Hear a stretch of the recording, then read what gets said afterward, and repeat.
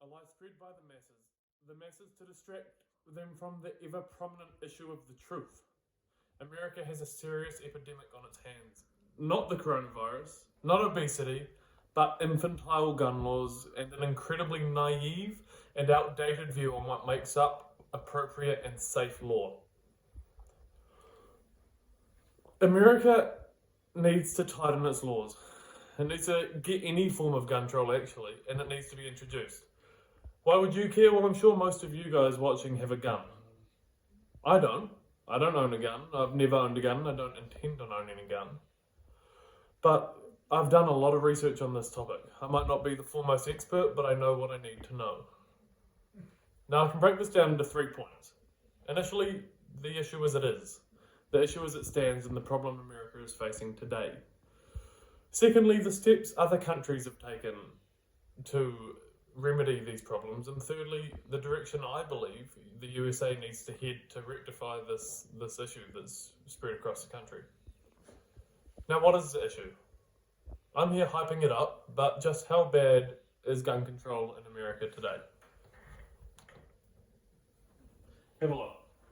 It can be boiled down to one very simple thing. There are too many guns in America. America makes up 4% of the world's population, and yet, as shown here by a research done by the United Nations, makes up 46%. That's nearly half of the world's guns. To put that into a number, you might have noticed it, bright red, 850 million guns in circulation in America. That means for every 53 people, there are 100 firearms. This is ridiculous. It's a little bit insane.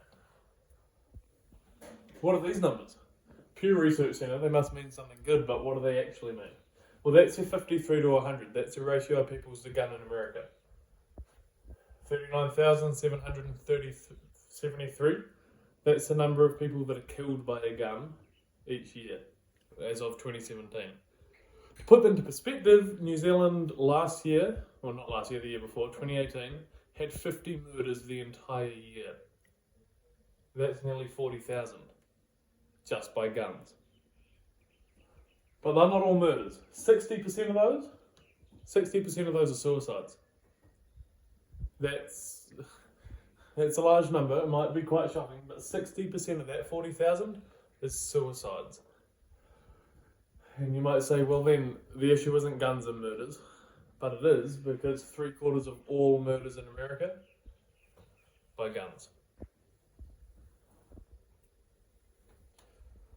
Now, I'll touch on the suicide thing later, but my second point comes down to what other countries did. And it might shock you to see this, but I'm going to use Australia as a good model for once. Australia, back in the 1970s, had one of the biggest buybacks in the history of the world. And the government bought back 650,000 firearms from the public in the result of a mass shooting.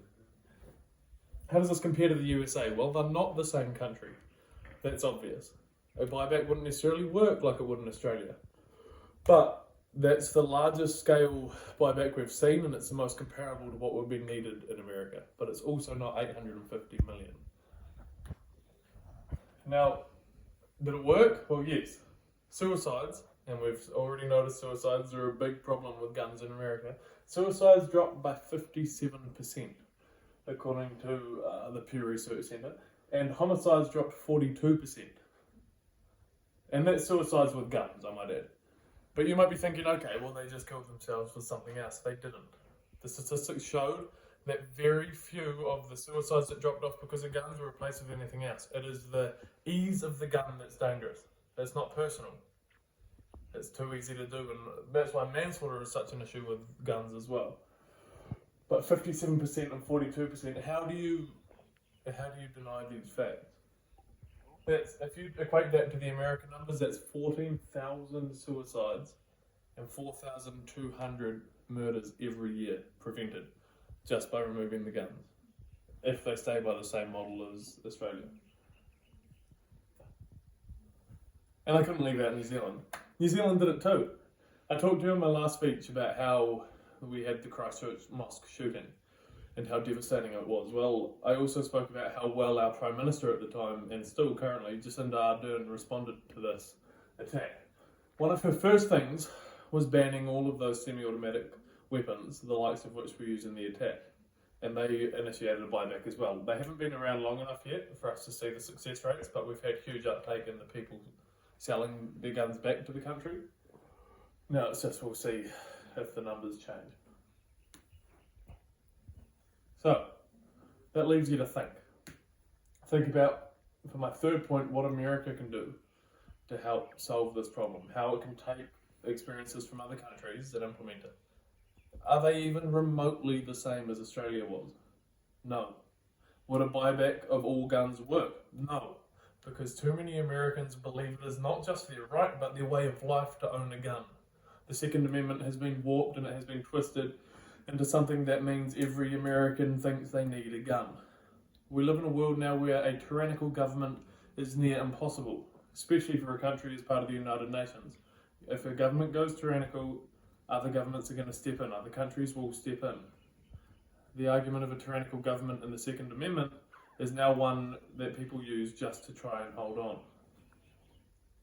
The first thing America can do is they can tighten up the laws on acquiring a gun. In New Zealand, most people wouldn't know where to buy a gun, let alone where to get licensed and what you need to get licensed. In America, people know that as well as they know where their houses are. It's just common knowledge. Whether it be through making it harder to get your licenses or more extensive background checks, or preferably both, it needs to be much harder in America to acquire a gun. Secondly, the registration and tracking of guns needs to be better. In a country where there's so many, it's almost as important as just do it like you track a car. Yearly checkups to make sure the weapon is still with who it should be and to make sure that it still works. Register it when it changes hands, as you would with your car. And thirdly, it's all about a change of mindset. America right now is stuck. They see people lobbying against guns, they think they're some leftist weirdos who just don't understand that guns are important. But guns, as shown by the rest of the world, don't kill people if you don't have them. America has the guns and people are dying. So I leave you with this thought. Next time you see someone lobbying against a gun, next time you see a movement in the street saying let's tighten our laws, don't just dismiss them. Don't call them stupid or crazy or any of these things. Actually stop and think about it. Stop and think, why are they asking that? And the answer 9 times out of 10 will be to save lives. To save the lives of your countrymen, the Americans, who get shot down every day by people with guns. Thank you.